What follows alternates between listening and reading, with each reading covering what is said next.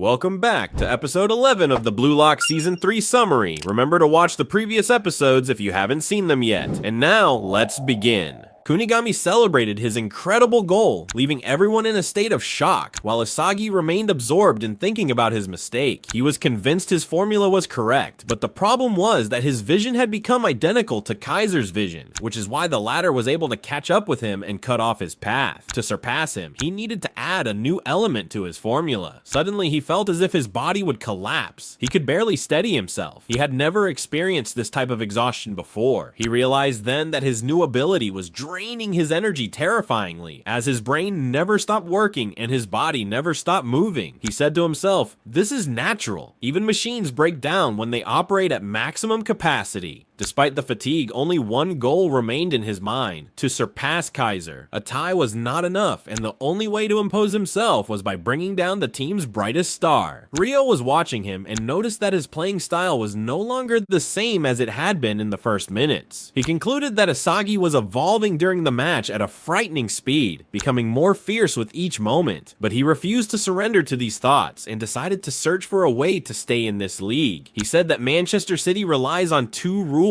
The first is delivering the ball to Nagi as the primary striker, and the second is that every player has the right to shoot if the opportunity presents itself. He decided to change his goal. He was no longer chasing scoring goals, but rather wanted to prove his value to secure a permanent place in the starting lineup. He wanted to show everyone that he was capable of succeeding on his own, and to become the player others wanted to play alongside, not the opposite. What he wished for happened faster than he expected, as Nagi called him and said, "I want to defeat Isagi. What should I do? He's getting further and further away from me, and I don't see a way to surpass him. I followed Chris and Aji's advice, and nothing worked, and I no longer feel enjoyment in playing." REO replied coldly, "What does that have to do with me? You chose your own path, so don't come to me every time you stumble." Nagi replied, "You're right, but I enjoy it more when I play alongside you." These words shook REO from within, but he held onto his refusal and said he wasn't interested. And then Nagi spoke with uncharacteristic seriousness and said, "Please, give me your strength. I need you to defeat Isagi." His words had a strong impact, but they also aroused REO's anger. So he said to him, "You only think about yourself. You never cared about others' feelings." Nagi asked him, "What do you mean?" REO answered, "You always left me, and I went to those you saw as better than me until I became convinced that I had to become stronger without you, and now you want to crush my resolve." Nagi was silent for a moment, then said, "I never left you. From the moment you asked me to play together, I've been by your side. Have you forgotten our promise? We said we would win the World Cup together, and every decision I've made since that day was to achieve our dream, not just for myself alone." REO didn't understand his words at first. He thought Nagi was flattering him or looking for excuses, but Nagi continued, "I chose to play with Isagi to develop, then I chose Chris and AGI for the same reason, and each time I was searching for the path that would make me stronger, to achieve our dream together. And now I'm coming back to you, REO. You and I can defeat Isagi." And after much talk and argument, REO realized the truth. Nagi wasn't looking for a replacement for him, but was searching for the strength that would make him capable of standing up beside him. It wasn't passing selfishness, but a genuine desire to reach the top with him. So he finally accepted his invitation, and they returned to playing together again. As for in the back, Isagi's goal had become as clear as the sun: to crush Kaiser no matter what it cost. Kunigami approached him and thanked him for the pass, but with an intention not without sarcasm, saying, "Your bad shot was truly a delicious meal." He answered angrily, "Shut up, you lowlife. Don't compare yourself to me. You're just a hungry person feeding on the scraps of my opportunities." Kunigami replied, "All you do is bark. Prove your words and score a goal, you spoiled brat." He answered, "Don't lose your focus. Soon you'll have more scraps to clean up." The players positioned themselves in their places, and the attack was played. Isagi hadn't given up yet, and would try again using his new style. The ball was with AGI, with Chigiri beside him. AGI admitted that Isagi's movements had become better, and that he had become the focus of attention in this match, and said he wanted to pass to Nagi to wake him up, but Isagi always intervened and ruined their attempts. At this moment, moment, Kunigami intercepted him and stood in his way, saying, "I'm more annoying than Isagi." AGI tried to push him to open the way, but Kunigami's massive build made dealing with him difficult, so he retreated backward. He was surrounded by the 3 best players on the field. Isagi decided not to rush. He wouldn't repeat his previous mistake and would wait for the right opportunity. And here it came. Chigiri rushed from the side, and the only solution before AGI was to pass. Isagi precisely determined where the ball would land and rushed toward it. But he wasn't alone. Kaiser saw the same space and rushed as well. The two collided with each other and the ball was lost between them. It seemed as if they weren't playing on the same team. Kaiser said, "Get away from me, you bastard, take a break." He replied, "How about you surrender? You frightened king." The ball reached Ryo. Kaiser pushed Isagi and ordered Ness to retrieve the ball, so the latter moved quickly. Ryo noticed that Kaiser was starting to get jealous of Isagi, so he quickly passed the ball to Nagi. Ness warned everyone about the incoming danger, but Nagi immediately returned it to Ryo. Then Ryo returned it to Nagi, and Nagi returned it again to Ryo. The Bayern players were unable to touch the ball. The duo was delivering a legendary performance known only to Blue Lock players. AGI was objecting to what was happening, believing that Ryo this way would kill Nagi's talent because he was moving him as he pleased. But Ryo answered him, "Shut up, AGI. You're the one who failed to wake him up. Nagi is the one who chose me. He's the one who wants to play this way. I didn't want to say this, but I also enjoy playing with him. I'm the one who will wake Nagi, and I'm the one who will push him to reach his maximum development." Isagi was surprised. He thought their relationship was bad and didn't expect them to return to playing together, but no problem. He would add these new possibilities inside his mind to reshape his perception on the field. Corona tried to intercept Ryo, but Ryo surpassed him, imitating Baro. He passed the ball to Nagi, and they succeeded in surpassing 3 players easily. Kaiser lost the opportunity to catch up with them and left them to the defenders. Ryo continued advancing as long as Nagi was beside him. No one could stop them. Ryo used his body to protect the ball, while Nagi rushed toward the empty space, so he passed the ball to him. Nagi received the ball with his chest in the air. Burke tried to push it away before he landed, but Nagi did something impossible. He returned it to Ryo with his foot while in the air. Mensch tried to pressure him, but Ryo wasn't intending to receive the ball at all. He played it directly to Nagi. Burke tried to stop him, and here the excitement began. Nagi's eyes glowed. He let the ball pass behind him, surprising Burke. Nagi's movement exceeded the limits of logic. He struck the ball with his heel and placed it in front of him, and in one movement got rid of the defender's pressure and found himself in front of the goal. Suddenly, Kaiser and Isagi appeared. Their conflict hadn't ended yet, and then both wanted to snatch the ball. Nagi noticed they were underestimating him, while Ryo was amazed at how they got here in the first place. Nagi suddenly stopped. It was time to discipline the troublemakers. He returned the ball to Ryo with his heel. Ryo wasn't expecting this pass, but when he saw Nagi's movement, he immediately realized what he had to do. Nagi had advanced without looking behind him, and this meant he was waiting for a decisive pass. Ryo was on time. He sent the ball high above everyone, and it fell in front of Nagi. Isagi didn't give up. He ran after him and wouldn't allow this goal to be scored. Both rushed toward the ball. Nagi looked at him and accepted the challenge, saying, "Show me what you've got." He tamed the ball with his right foot and prepared to shoot with his left. Isagi rushed to close the shooting angle, but he retreated at the last moment because he understood that the shot was just a trick. Nagi himself was shocked. How could Isagi read his movements so accurately? Isagi tried to push the ball away with his head, but Nagi lifted it again and quickly changed its direction. Kaiser rushed toward him, so Nagi lifted the ball over him as well in the same way and surpassed them both together, then opened the field in front of him to shoot. Isagi had no solution left but to throw his body toward the ball, but Nagi lifted it over him once more. Nagi completely shattered Isagi and Kaiser's expectations. The ball was now in the perfect position. No one could stop Nagi now. Nagi jumped in the air and sent a fiery ball toward the goal, a rising ball that confused Gagamaru and shook Bayern's net. The score became 2-2, and whoever scores the next goal will win the match. Nagi celebrated, sharing the joy with his best partner and friend. And here, friends, we conclude. Stay tuned for the continuation of the events in the upcoming episodes. Thank you for watching and take care.